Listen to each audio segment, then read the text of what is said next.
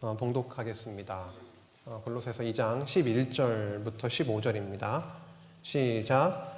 또 그 안에서 너희가 손으로 하지 아니한 할례를 받았으니 곧 육의 몸을 벗는 것이요 그리스도의 할례니라.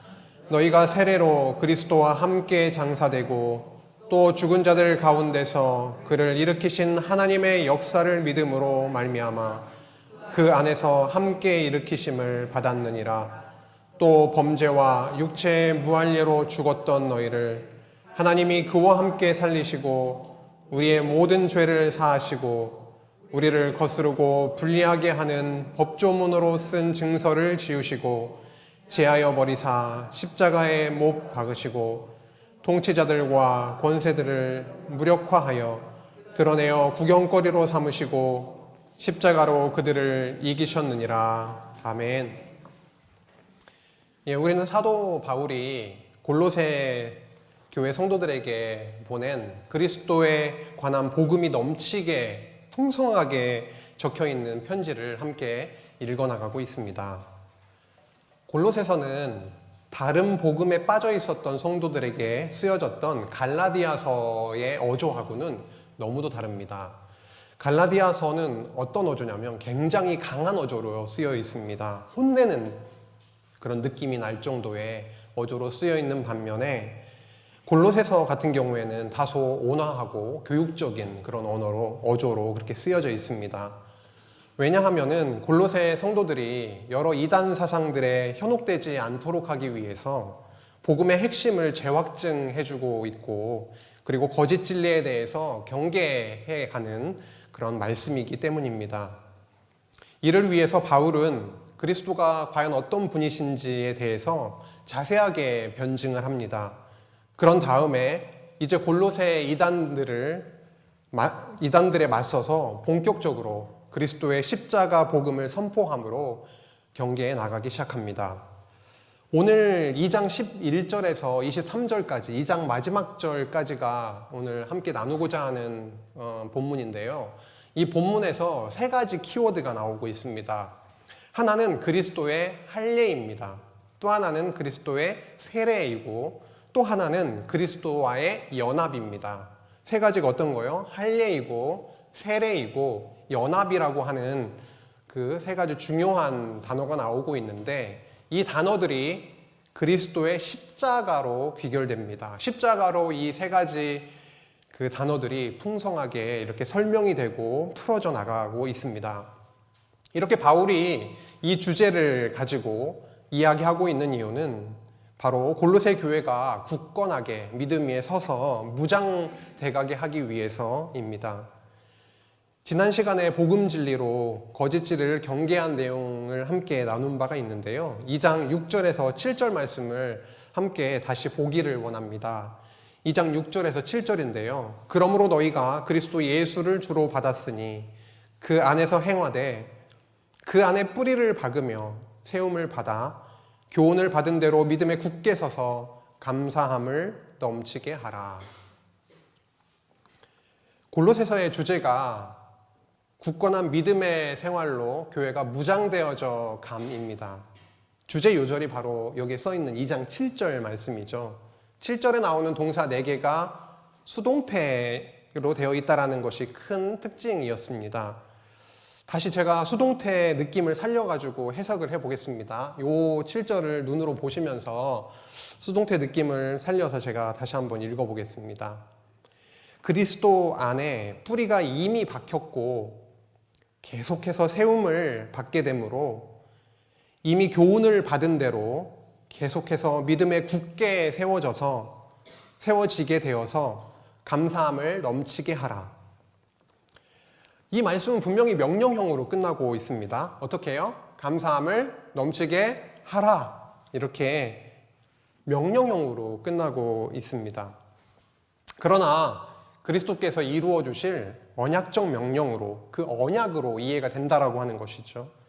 왜냐하면은 감사함이 넘치는 삶을 우리가 살아내는, 우리가 이루어야 하는 것이 아니라 분명히 그리스도께서 우리 안에 역사하셔서 그것을 이루어 주실 것이기 때문입니다. 이 말씀대로 우리 안에 성령께서 감사가 넘치는 그런 굳건한 믿음의 생활을 이루어내실 줄 믿습니다. 이를 위해서 바울 사도는요, 복음 진리에 대해서 먼저 선포를 하죠. 그리고 선포를 하되 예수님이 어떠한 분이신지를 확증을 합니다. 그러고 나서 본격적으로 거짓 진리에 대해서 경계하여 나가기 시작을 합니다. 먼저 1장에서는 골로새 성도들에게 전달되었던 복음에 대해서 그렇게 다시금 회고하고 확증하는 그런 말씀이 먼저 나왔었고, 지금 2장을 해 나가고 있죠. 2장에서는 먼저는 진리로 거짓 진리를 경계하는 내용이 지난 시간에 저희가 살펴봤던 내용이고, 오늘은 십자가로 제하여 버리신 율법을 경계해 나가는 내용을 함께 나누게 되었습니다. 오늘 함께 나누게 된 골로새서 2장 11절에서 23절까지는요, 그리스도의 십자가로 제하여 버리신 율법에 대해서 집중적으로 이야기해 나가고 있습니다. 더 나아가서 율법주의뿐만 아니라 신비주의 그리고 금욕주의에 대해서도 경계를 하죠. 본문을 계속 읽어 나가기에 앞서서 바울 사도가 어떻게 이단 사상들에 대해서 혁파해 나갔는지를 먼저 서론적으로 간단하게 맛보기만 좀 하고 전체를 좀 그리고 나서 나가는 게 훨씬 더 좋을 것 같아서 좀 보고 나가겠습니다. 영지주의는 지난 시간에 직전 9절, 10절에 이제 나왔던 말씀인데, 영지주의에 대해서 강력한 펀치를 하나 날렸죠. 영지주의는 예수님께서 그 하나님이 어떻게 육신을 입고 이 땅에 올 수가 있느냐라고 해서 성육신을 인정하지 않죠. 하지만 바울은 영지주의에 맞서서 뭐라고 말씀을 했냐면 9절에 나와 있죠. 신성의 모든 충만이 육체로 거하셨다라고 하는 것입니다. 그래서 우리도 그리스도 안에서 충만하게 됐다, 이렇게 말씀을 하고 있죠. 영지주의자들에게 아주 강력한 말씀일 수밖에 없었습니다. 육신을 입고 온 예수 안에 신성의 모든 충만, 하나님의 그 풍성하심, 하나님이 오신 거라고 하는 그런 내용을 그렇게 경계하고 선포했던 것입니다.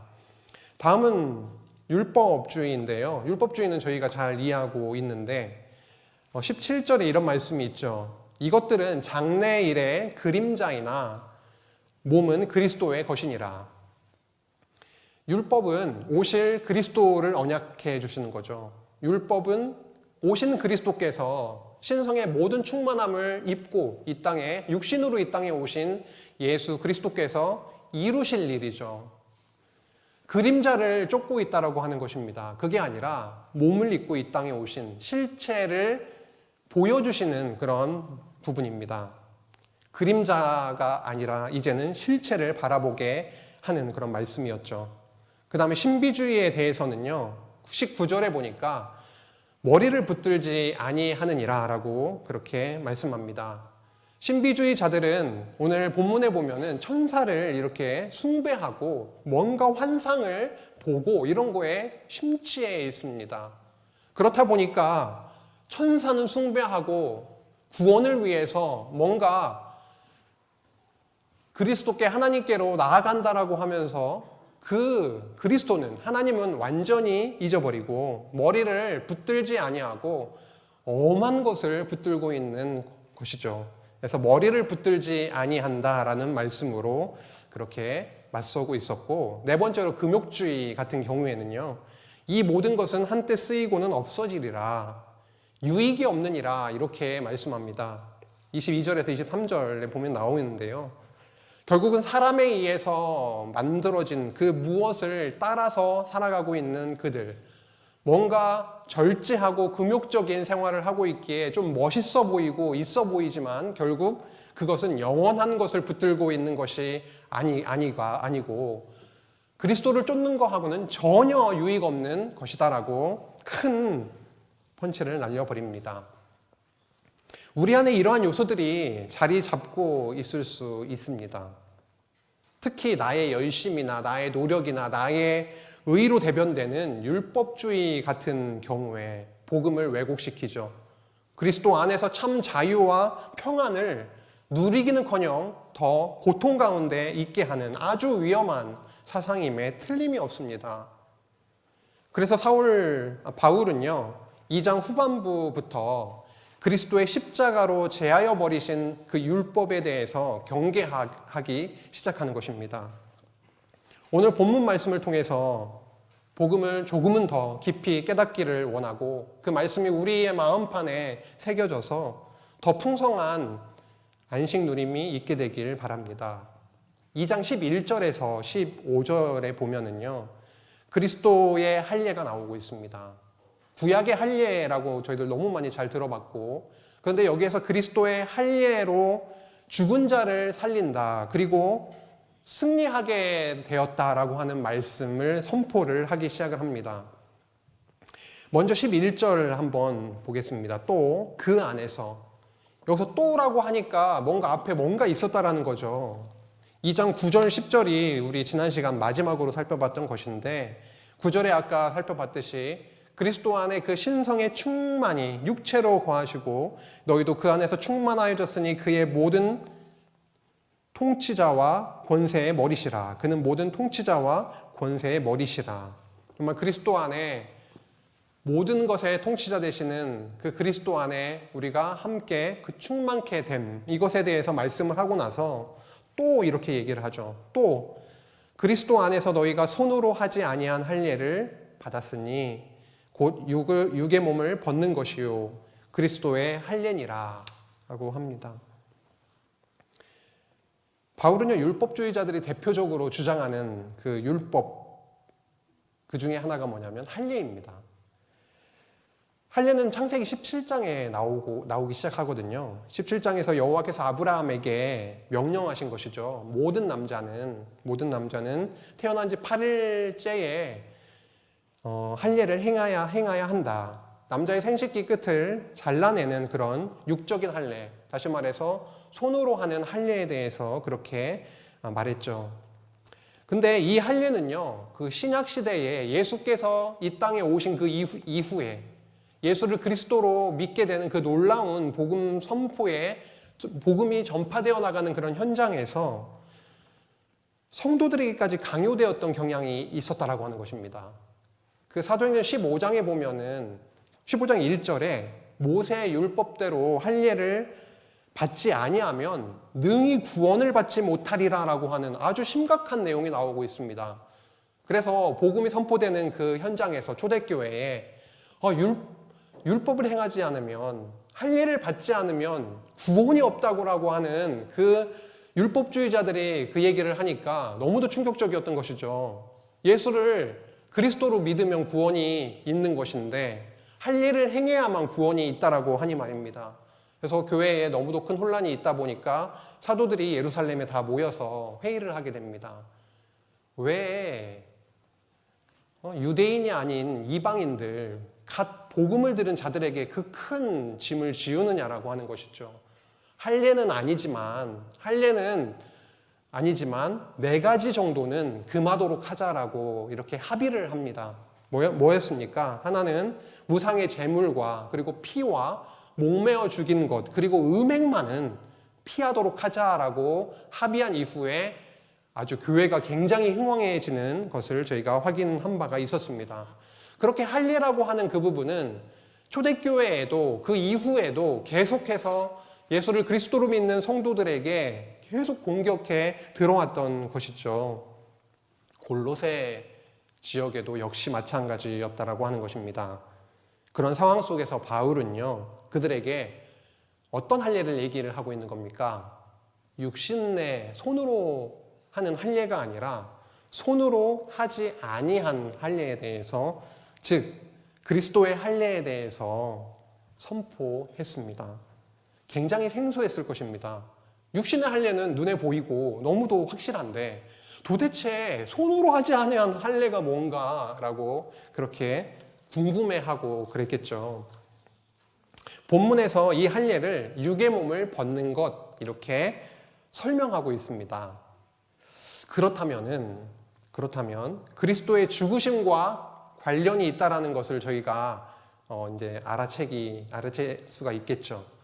예수께서 십자가에 못 박히시고 찢기시고 피 흘려 죽었다가 부활하시는 사건, 다시 말해서 육신을 벗는 그 사건이 바로 그리스도의 할례라는 것입니다. 이렇게 바울은 구약적 할례를 복음적으로 재해석하기 시작을 합니다. 너희들이 알고 있었던 할례가 진짜 할례가 아니라 그리스도께서 육신의 몸을 벗는 것, 이것이 바로 참 할례이다라고 하는 것을 선포하기 시작합니다. 구약시대 때 할례를 행하라라고 하신 이유는 다름 아니라 그리스도께서 오셔서 진짜 할례를 행하실 것에 대한 언약이었던 것이죠. 이제 바울은요, 할례에 대해서 몸에 했던 육신의 할례를 이제 뛰어넘어서 그리스도의 할례, 손으로 하지 아니하는 그 할례에 대해서 얘기를 했는데 어디로 한번 더 뛰어가냐면은 이제 할례를 설명을 하다가 세례 이야기를 하기 시작합니다. 할례와 세례를 연결시키고 있는 것이죠. 12절 한번 보시겠습니다. 너희가 세례로 그리스도와 함께 장사되고 또 죽은 자들 가운데에서 그를 일으키신 하나님의 역사를 믿음으로 말미암아 그 안에서 함께 일으키심을 받았느니라. 여기서 세례가 나오고 있습니다. 바울은 11절에서 그리스도의 할례에 이어서 12절부터는 그리스도의 세례를 설명하면서 골로새 성도들이 그리스도와 함께 죽고 그리고 함께 다시 살게 되었음을 말합니다. 예수님은 마가복음 10장 38절에서 뭐라 말씀하시냐면 내가 받게 되는 세례에 대해서 정의를 하세요. 내가 받게 되는 세례는 자기 목숨을 많은 사람의 대속물로 주는 것이다 라고 예수님이 직접 말씀을 하십니다. 결국은 죽으심에 대한 부분이죠.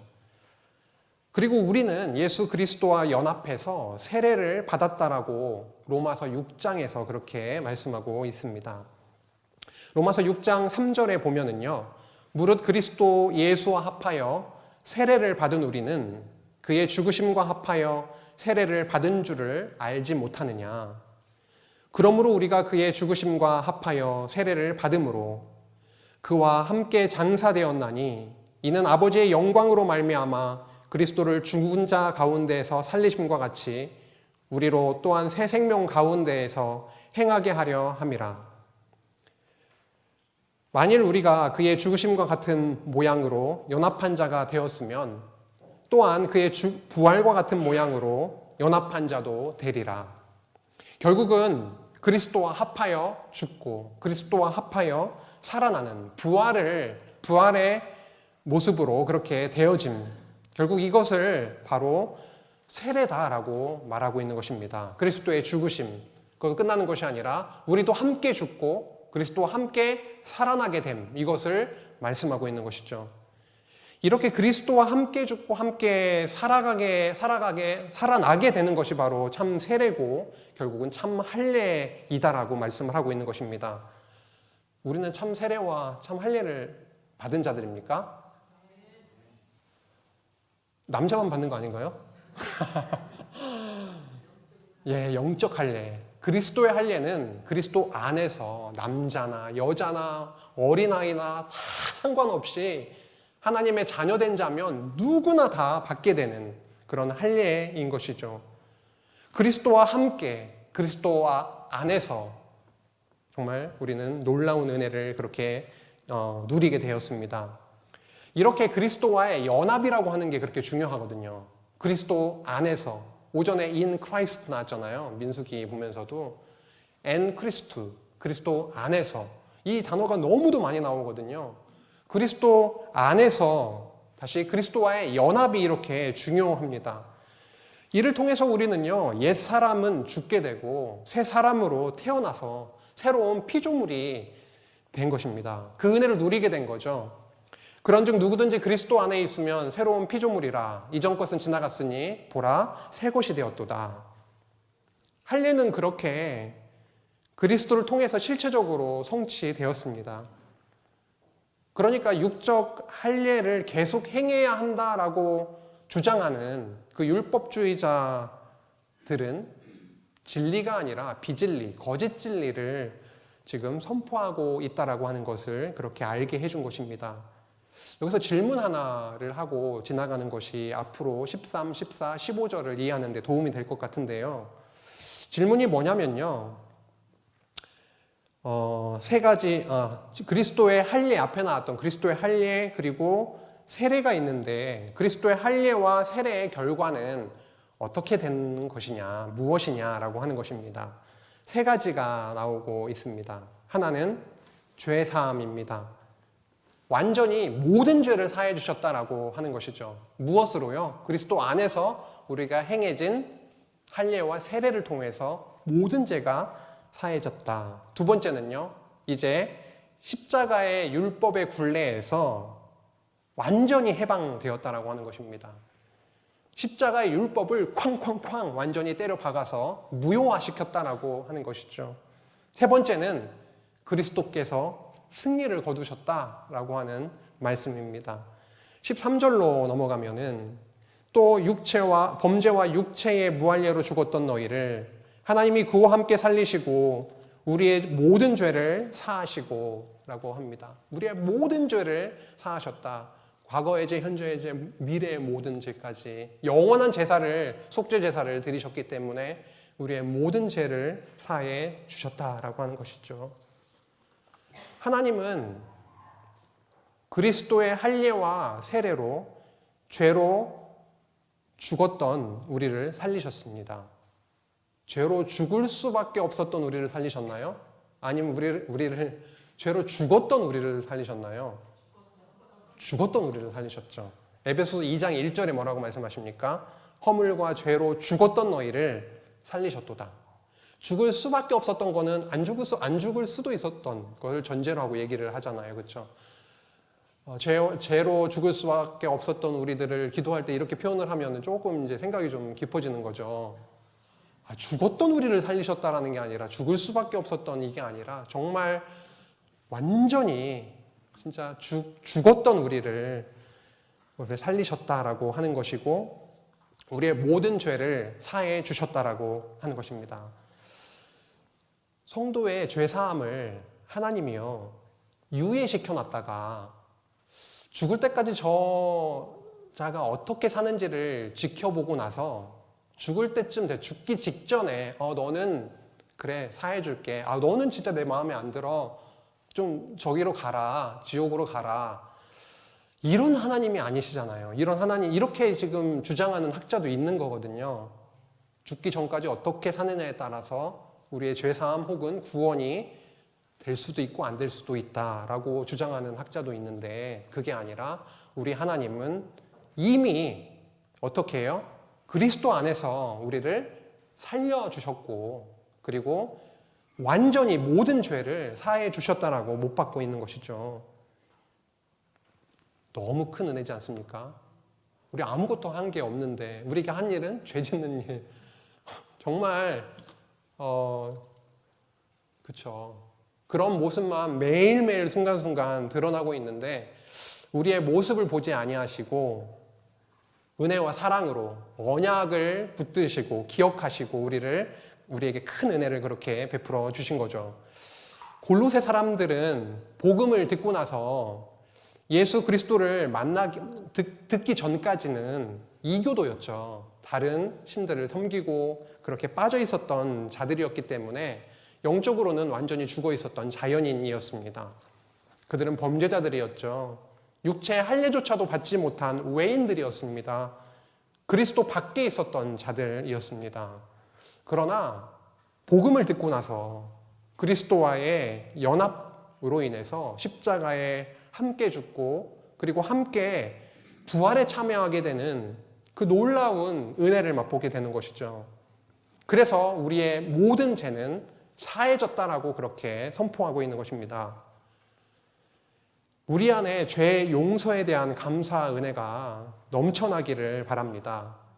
매일의 삶에서 드러나는 것은 우리의 의가 아니라 우리의 죄잖아요. 그러면 우리에게 있을 것은 내가 좀 나은 사람이야 라고 하는 오만 자만이 아니라 하나님 앞에서 그리스도 앞에서 하나님 나는 죄인입니다. 나 같은 자도 어떻게 그리스도 안에 이렇게 넣어주시고 그 은혜를 맛보게 해주십니까? 라는 그러한 감사가 넘치길 바랍니다. 죄책감이 아니라 은혜와 찬양이 우리의 입술 위에 있기를 바라고 매일매일의 삶 속에서 그리스도와 더 긴밀하게 만나시고 교제 가운데 있기를 소망합니다. 그런데요, 모든 죄가 용서된다라고 했잖아요. 그런데 도대체 어떻게 모든 죄가 용서가 됐다는 것이냐? 완료형이거든요. 될 것이다, 될 가능성이 있다, 너가 어떻게 하느냐에 따라서 좀 달라질 수 있다. 이게 아니라 되었다. 모든 죄가 용서되었다라고 확정적으로 완전 완료형으로 그렇게 이야기할 수 있는, 선포할 수 있는 그런 이유가 무엇인가라고 하는 것이 14절에 그렇게 나오고 있습니다. 우리를 거스르고 분리하게 하는 법조문으로 쓴 증서를 지우시고 제하여 버리사 십자가에 못 박으시고. 율법 하면 어떤 느낌이 드세요? 편안하신가요? 나는 율법을 잘 지키니까. 10계명 퍼펙트하게 지키면서 사니까 율법 전혀 부담되지 않습니까? 저는 부담이 돼요. 율법의 계명은 인간의 능력으로는 완벽하게 지킬 수가 없습니다. 그래서 모세의 율법은요, 끊임없이 한 사람도 빼놓지 않고 무슨 일을 하고 있냐면요, 고발을 하고 있습니다. 정죄를 하고 있다라고 하는 것이죠. 요한복음 말씀을 한번 보면은 이런 말씀이 나옵니다.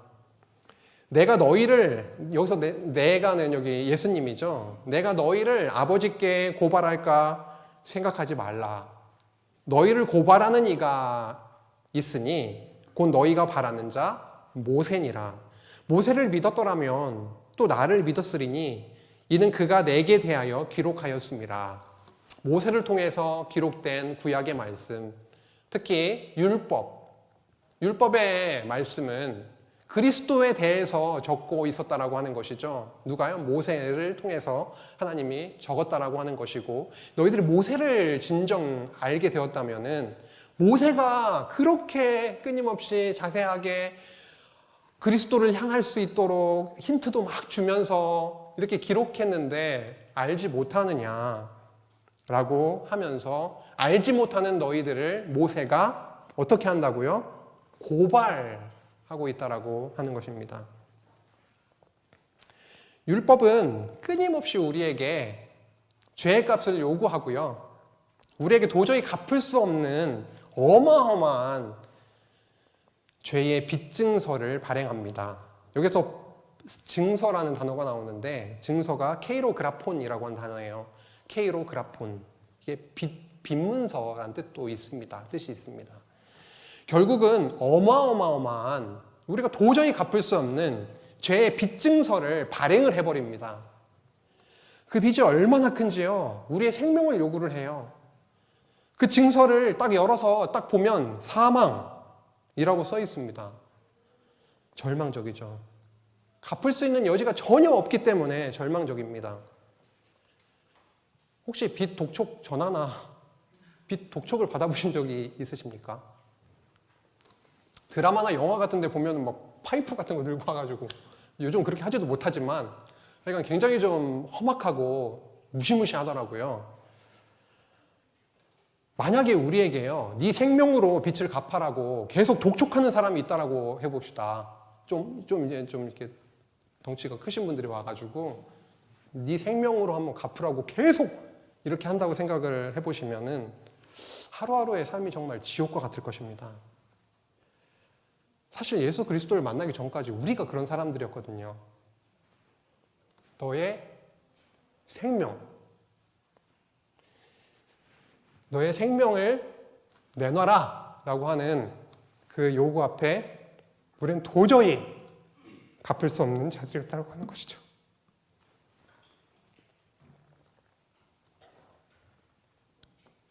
그런데 감사하게도 예수께서 우리를 대신해서 십자가에 못 박히셨다라고 하는 것이죠. 다 갚아주셨습니다. 우리가 죽어야 되는데 예수님께서 모든 것을 다 쏟으시고 다 갚아주셨다고 하는 것이죠. 하나님은 아들 예수 그리스도의 그 할례 그리고 세례로 법조문으로 쓴 그 증서 케이로그라폰, 그 빈문서, 그것을 십자가에 땅땅땅 때려 박아버리셨습니다. 우리를 거스르고 불리하게 만들었던 그 증서를요, 영어로 보니까 stood against us with its legal demands라고 되어 있습니다. 우리를 향해서 막 서 있어요. 그리고 그 율법의 요구사항을 계속 들이대요. 너 죽어야 된다니까? 죽어야 된다고. 이렇게 계속 들이대는 이 문서를 십자가에 때려 박으셨습니다. 이제 빈문서 파일은 완전히 삭제되었어요. 요즘 기술이 너무 뛰어나다 보니까 핸드폰이나 뭐 컴퓨터나 노트북이나 태블릿이나 뭐 하다가 이상한 것들 지우시죠? 아니, 안 지우시는 분도 있는 것 같은데, 뭐 하다가 간추고 싶은 거 있으면 지우지 않습니까? 나중에 디지털 포렌식으로 다 살려낸다잖아요. 디지털 포렌식으로도 전혀 복원되지 못하도록 우리 예수 그리스도께서 완전히 십자가에 못 박아 삭제하셨습니다. 사랑과 은혜가 많으신 하나님께서 아들 예수의 피값으로 그 사망의 빛을 완전히 청산해 주셨다고 하는 것이죠. 이제 더 이상 우리는 율법에 얽매일 그런 필요가 없어졌습니다. 그리스도 안에서 자유를 이제 누리게 되었다라고 하는 거죠. 율법이 아무리 우리를 향해서 막 뒤흔들면서 이렇게 정죄하려고 해도 우리는 끄떡없습니다. 왜냐하면 우리 옆에서 대언해 주시는 막강하신 의로우신 예수 그리스도 대언자가 우리 옆에서 이 자는 안 됩니다. 왜요? 나의 피값으로 아버지께서 날 보내서 이 자를 위해서 피 흘려 십자가에 못 박았지 않습니까? 이 자는 당신의 사랑하는 백성입니다. 정죄할 수 없습니다. 아무 염려가 없습니다. 15절에 보면은요, 통치자들과 권세들을 무력화하여 드러내어 구경거리로 삼으시고 십자가로 그들을 이기셨느니라. 아멘. 십자가로 이기셨다고 말씀합니다. 예수 그리스도의 부활의 권세 앞에 누가 맞설 수가 있습니까? 이 세상의 통치자 권세가 맞설 수 있습니까? 영적인 권세라도 그리스도 앞에 맞설 수가 있습니까? 신성이 충만하신 그리스도 앞에서 어떤 누구도 어떤 무엇도 힘을 쓰지 못하고 무력화됩니다. 그리스도께서는 죽음의 권세, 사탄의 권세를 이기시고 그것들을 구경거리로 삼으셨습니다. 예수님을 구경거리로 삼았던 거 아닙니까? 그렇게 하다가 결국은 다 허물어지고 사단의 권세까지도 완전히 부수시고 부활하셔서 그 권세들을, 세상의 권세들이나 영적인 권세들이나 어떠한 것 할 것 없이 구경거리로 삼으시고 승리하신 예수 그리스도이십니다. 비록 십자가에 매달려서 가장 초라하고 약한 모습으로 그렇게 보여지시긴 했지만 그 시간을 지나고 가장 강하신 영광의 모습을 보여주신 것이죠. 이렇게 예수님은요, 십자가에 죽으시고 그렇게 부활하심으로써 우리의 죄를 사해 주셨습니다. 그리고 율법의 빈문서, 케이로그라폰, 그 빚증서를 십자가에 못 박아 버리셨고 마침내 승리하셨습니다. 우리는 그리스도와의 연합으로 인해서 하나님 나라의 거룩한 백성, 성도의 복을 그렇게 누리게 되었습니다.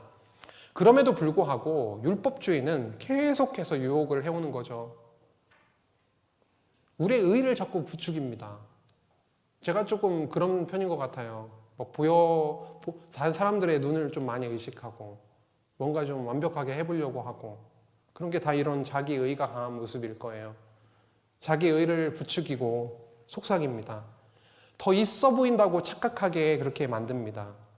야, 은혜로 이제 성도가 되었으니까 좀 더 좀 성결한 삶을 좀 살아야 되는 거 아니니? 라고 계속해서 그렇게 달콤하게 속삭이고 그렇게 유혹하죠. 골로새 성도들이 복음을 듣고 나서 율법의 빈문서를 이제 그 증서에서 벗어나 버리게 되자 골로새 이단들은 마음이 탔겠죠. 집요하게 율법의 조항들을 들이대면서 비판하고 그들을 정죄했습니다.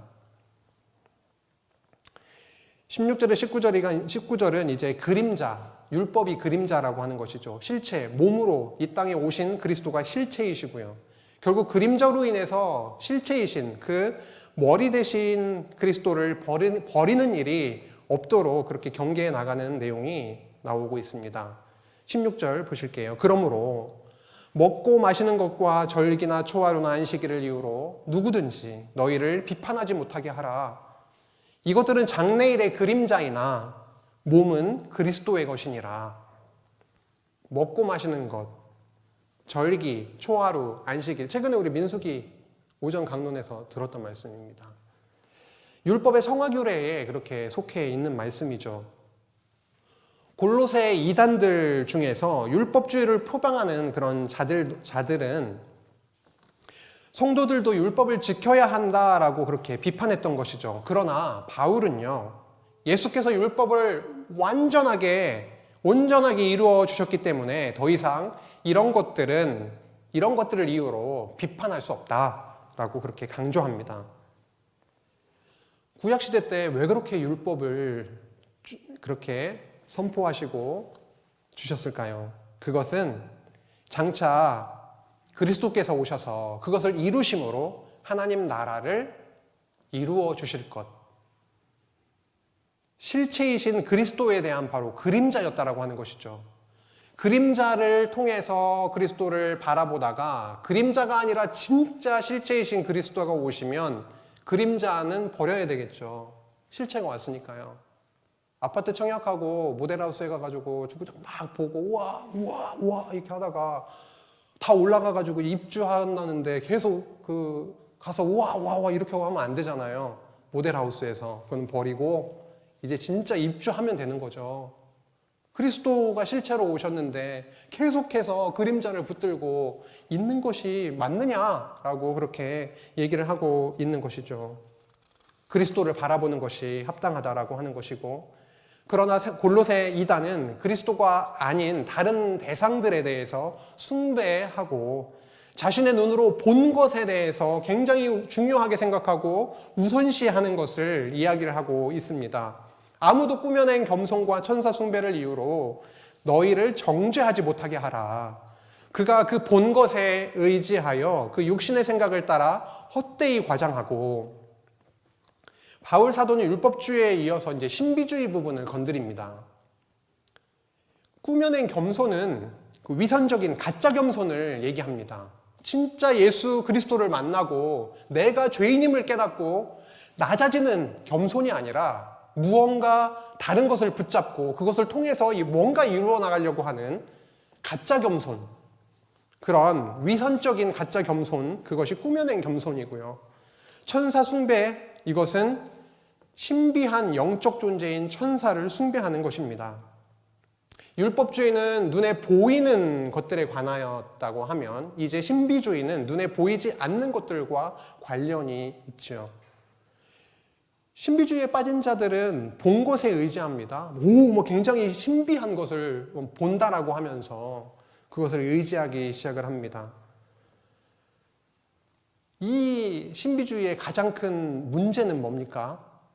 그 신비한 것을 통해서 진짜 신비이신 그리스도를 바라보게 된다면 문제는 없겠는데, 신비로운 것이라 하면서 이제 진짜 만세와 만대로부터 감추어졌던 신비, 이제 드러난 그리스도, 진짜 신비 되신 그리스도를 이제 뒤로 하고 내가 지금 뭔가 보는 거에 심취하고 집중하는 것, 그것이 가장 큰 문제인 거죠. 머리 대신 그리스도를 버리는 것, 그것이 문제인데 그게 19절에 이어지고 있는 것이죠. 머리를 붙들지 아니하는지라 온몸이 머리로 말미암아 마디와 힘줄로 공급함을 받고 연합하여 하나님이 자라게 하심으로 자라느니라.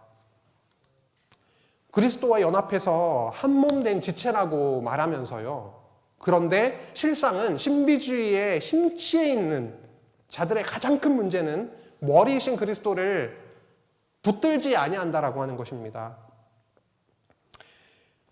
머리에 붙어있지 않은 몸이 있나요? 만약에 머리이신 그리스도께 붙어있지 않는 어떤 자가 있다면, 성도라고 하면서 그리스도께 붙어있지 않는 성도가 있다면 뭘까요? 그는 진짜 생명에서 끊어진 자일 수밖에 없습니다. 이단들은 교회 머리이신 그리스도를 믿지 않아요. 교주를 믿어요. 그게 그리스도다라고 또 자처하잖아요. 처음에는 아닌 것 같은데 점점 가다가 결국은 내가 그리스도다라고 하는 것처럼 이단들은 교회의 머리이신 그리스도를 그렇게 믿지 않습니다. 붙들지 않죠. 그리스도를 다른 것으로 대체해 버리고 예수 그리스도를 유일한 구원자로도 그렇게 믿지 않습니다. 그리스도의 지체된 성도라면은 온 몸이 마디와 힘줄로 공급함을 받고 그리스도와 연합하여 하나님의 도우심을 받아서 자라나게 되죠. 포도나무에 붙어있지 않은 가지는 말라서 죽게 되죠. 요즘 텃밭에 좀 나가서 그리고 화분을 이렇게 보면은 매일매일 자라는 걸 보거든요. 누구는 그렇더라고요. 오늘이나 내일이나 뭐가 달라지는 게 있냐고. 왜 이렇게 가서 보냐고. 근데 아침에 가서 보고 저녁에 봐도 달라지거든요. 근데 하루가 지날 때 가서 보면은 막 자라요. 그걸 보면서 드리는 기도가 있습니다. 텃밭 기도라고, 일명 텃밭 기도인데 거기에서 상추는 이렇게 자라는데 저는 왜 잘 안 자라냐고. 토마토는 뭐 이파리가 다음날 보면은 이렇게 돼 있고 겨순이 막 다음날 보면 이렇게 올라오는데 저는 왜 이렇게 겨순처럼 안 자라냐고. 아니 요만했던 잡풀은 막 다음날 건 이만해지는데 하나님 왜 저는 잘 이렇게 좀 느릿느릿하냐고. 그런데요, 성도는 이미 그리스도와 한 몸 되어 있어요. 연합되어 있는 지체이기 때문에 분명히 그리스도께서 공급해 주시는 그 양식을 먹게 될 것이고, 그리고 지체와 한 몸 되었기 때문에 우리 지체의 관계를 통해서 자라고 튼튼하게 되고야 말 것입니다. 우리 힘으로는 되지 않지만 될 거예요. 우리가 하려고 하면, 내가 하려고 하면은 맨날 미끄러지고 힘들지만 될 겁니다. 우리가 못한다라고 손들 때 그리스도께서 하실 겁니다. 20절에서 23절에 보면은 유익이 없는 초등학문인 율법에 순종치 말 것을 그렇게 경계합니다. 이제 마지막 부분인데요. 20절 한번 보시면은 너희가 세상의 초등학문에서 그리스도와 함께 죽었거든. 어떻게 됐다고요? 죽었거든. 어찌하여 세상에 사는 것과 같이 규례의 그 율법에 순종하느냐. 세상의 초등학문이라고 하는 게 여러 번 나오고 있습니다. 그 문맥에 따라서 약간은 조금 더 포괄적으로 여러 의미를 담고 있을 수도 있고, 근데 이 맥락에서는 그 세상의 초등학문을 2장 전체 흐름 속에서 보면은 율법으로 대체해서 읽어도 전혀 문제가 없어 보입니다. 바울 사도는 골로새 교회 성도들에게 왜 규례, 그 율법에 순종하느냐라고 말하고 있습니다. 이제 더 이상 예수님께서 십자가에 못 박아 버렸기 때문에, 십자가로 다 성취해 주셨기 때문에 이제 더 이상 율법에 얽매여서 살 필요가 없음을 강조하고 있는 것이죠. 또한 바울은요, 너희는 그리스도와 함께 세상의 초등학문에 대해서 죽었다라고 이렇게 선언합니다. 우리는 그리스도와 함께 십자가에 달려서 초등학문에 대해서 죽었고, 그래서 우리의 겉사람은 이렇게 죽어서 율법의 속박에서 완전히 벗어난 그런 자유자가 되었고, 오히려 우리 속사람은요, 우리 속사람은 하나님 나라의 백성으로서 그리스도께서 성취하신 그 사랑의 법에 의해서 사라져 간다는 것입니다. 바울 사도는 한 걸음 더 나아갑니다. 왜 사람의 명령과 가르침을 따르냐라고 그렇게 묻고 있어요. 이 세상의 초등학문에 대해서 우리는 죽은 게 맞는데 왜 사람에 의해서 만들어진 금욕주의를 그렇게 따르느냐라고 하면서 21, 22절에 이렇게 얘기하고 있죠. 붙잡지도 말고 맛보지도 말고 만지지도 말라. 이게 금욕주의입니다. 뭐뭐 하지 말라, 뭐뭐 하지 말라, 금욕적으로 하지 말라 이렇게 얘기하고 있는 것이죠. 금욕주의는 이렇게 보면은 율법주의하고 굉장히 연결되어 있죠. 율법도 뭐뭐 하라, 뭐뭐 하지 말라. 이것이 그대로 금욕주의랑 좀 넘어오면은 이제 이러한 제한적인 부분으로 강화되어서 붙잡지도 말고 맛보지도 말고 만지지도 말라라고 하는 것으로 발전되게 되는 것이죠. 이 모든 것은요, 한때 있다가 없어지리라. 사람의 명령과 가르침을 따르느냐라고요. 사람에 의해서 만들어진 것입니다. 뭔가 있어 보이게 하려고요. 그리스도를 대체해버리는 겁니다. 내가 금욕적으로 이렇게 열심을 내어서 하면 된다라고 하는 것이죠. 금욕주의는 하나님이 아닌 사람에 의해서 만들어진 것이기 때문에 영원할 수 없습니다. 영원한 진리일 수가 없죠. 언젠가 있다가 없어지고 말 것입니다. 왜 그것을 붙들고 있느냐라고 하는 것이고, 그리고 금욕주의는 율법에 대한 오해와 왜곡에서 그렇게 있어진 것이죠. 금욕주의를 따르는 삶은 교회 머리이신 그리스도를 따르는 데에는 조금도 유익이 없다라고 이야기를 하고 있습니다. 이런 것들은 자의적 숭배와 겸손과 몸을 괴롭게 하는 데는 지혜 있는 모양이나 오직 육체를 따르는 것을 금하는 데는 조금도 유익이 없느니라라고 단언합니다. 자기가 정한 거, 인간이 정한 금욕에 의한 자의적인 그런 숭배, 그런 경건, 거짓 겸손, 몸을 괴롭게 하는 금욕적인 삶이 때로는 지혜롭게 보여요. 우월해 보여요. 우와, 나는 저렇게 못하는데 어떻게 저걸 할 수가 있을까? 정말 열정적이다. 나도 한번 해볼까? 그러나 바울 사도는 이러한 삶이 육체를 따르는 것을 금하는데 조금도 유익이 없다라고 합니다. 이 반대 다르게 표현하면요, 그리스도를 따르는 거하고는 전혀 관련도 없고 유익이 없다. 육체를 따르는 데는 유익이 있겠지만 우리의 유익은 그리스도 안에 있는 것이지 밖에서 찾으려고 해서는 안 되죠. 근데 될 때가 많죠. 맨날 유혹받고요. 오늘 골로새서 2장 후반부 말씀을 통해서 우리는 골로새 성도들의 생활을 혼란케 하고요. 그리고 복음을 왜곡시키는 골로새 이단 사상들을 어떻게 바울이 무력화했는지를 확인하게 됐습니다. 예수 그리스도의 십자가 사건, 죽으시고 부활하신 그 사건으로 율법의 모든 요구를 다 이루셨습니다. 동시에 율법의 정죄를 무력화시키셨습니다. 율법은 그리스도와 연합하여 죽고 다시 살아난 자들을 더 이상 이제는 정죄할 수가 없게 됐습니다. 율법의 사망이라고 써있는 그 율법의 빚증서도 십자가에 못 박혔기 때문에 더 이상 우리를 괴롭게 할 수도 없습니다. 우리 옆에는요, 승소율 100% 되시는 대언자 예수께서 계시니까 아무 염려가 없습니다. 본전 생각할 필요도 없어요. 돈 쓰고 패하면 엄청 본전 생각 나겠지만 우리 옆에는요, 언제나 승리하시고 우리를 하나님의 자녀로 죄 없다 해주실 수 있는, 변호해 주실 수 있는 그 의로우신 예수 그리스도가 옆에 계시기 때문에 우리에게는 아무 염려가 없습니다. 오늘 말씀을 통해서 우리가 예수 그리스도와 연합하여 십자가에 죽고 그리고 다시 살아나심을 확인하고 참 복음에 거하게 되는 것만이 거짓 진리들, 우리를 호시탐탐 노리고 있는 그 거짓 진리들을 혁파하고 깨부수고 굳건한 믿음의 생활로 무장되는 길임을 알게 해주셨습니다. 골로새 이단들, 영지주의, 율법주의, 신비주의, 그 다음에 금욕주의, 이런 사상이 요즘은 없습니까? 요즘도 역시나 있습니다. 넘쳐나고 있지요. 그러나 성령께서 우리 귀한 성도들을 지키시고 함께 하실 줄 믿습니다. 십자가로 그렇게 승리하신 우리 주 예수 그리스도께서 우리 안에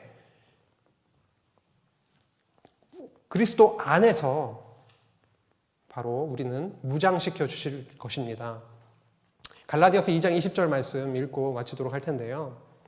내가 그리스도와 함께 십자가에 못 박혔나니 그런즉 이제는 내가 사는 것이 아니요 오직 내 안에 그리스도께서 사시는 것이라. 이제 내가 육체 가운데 사는 것은 나를 사랑하사 나를 위하여 자기 자신을 버리신 하나님의 아들을 믿는 믿음 안에서 사는 것이라. 아멘. 교회 생활에 우리는 무장되기를 원하죠. 무장되지 않고서는 싸울 수가 없습니다. 무장이라고 하면은 그럴싸한 최신식 무기를 들고 나가는 것도 무장이죠. 근데 성도에게 있어서의 무장은 다른 것이 아니라 무엇입니까? 바로 예수 그리스도의 그 십자가 그 자체가 바로 우리의 무장입니다. 그분 안에서 그 은혜를 맛보게 되는 것이 참된 무장의 길임을 저희들 오늘 말씀을 통해서 깨닫게 되었습니다. 그리스도께서 십자가로 이루신 하나님의 나라, 그 나라로 우리를 부르셨습니다. 남은 한 주도요, 그 십자가로 이루어주신 하나님 나라 그 안에서 참 평안과 안식 누리시길 바랍니다. 기도하시겠습니다. 하나님 아버지 감사합니다. 저희는 너무도 약하고 거짓 진리 앞에서 쓰러질 수밖에 없는 자들이지만, 그리고 우리 앞에 우리가 갚을 수 없는 어마어마한 빚증서가 쌓여 있었지만 예수 그리스도의 십자가를 통하여 모든 빚증서를 삭제해 주시고 우리의 모든 죄를 사해 주신 그 은혜에 너무도 감사를 드립니다. 비진리에 현혹되지 않게 하여 주시고 우리를 진정 무장시켜 주셔서 앞으로 있어지는 진리 싸움에서 승리하며 하나님의 영광을 드높이는 하나님의 귀한 성도들로 세워주시기를 간절히 빌고 나오며 예수님의 이름으로 기도했습니다. 아멘.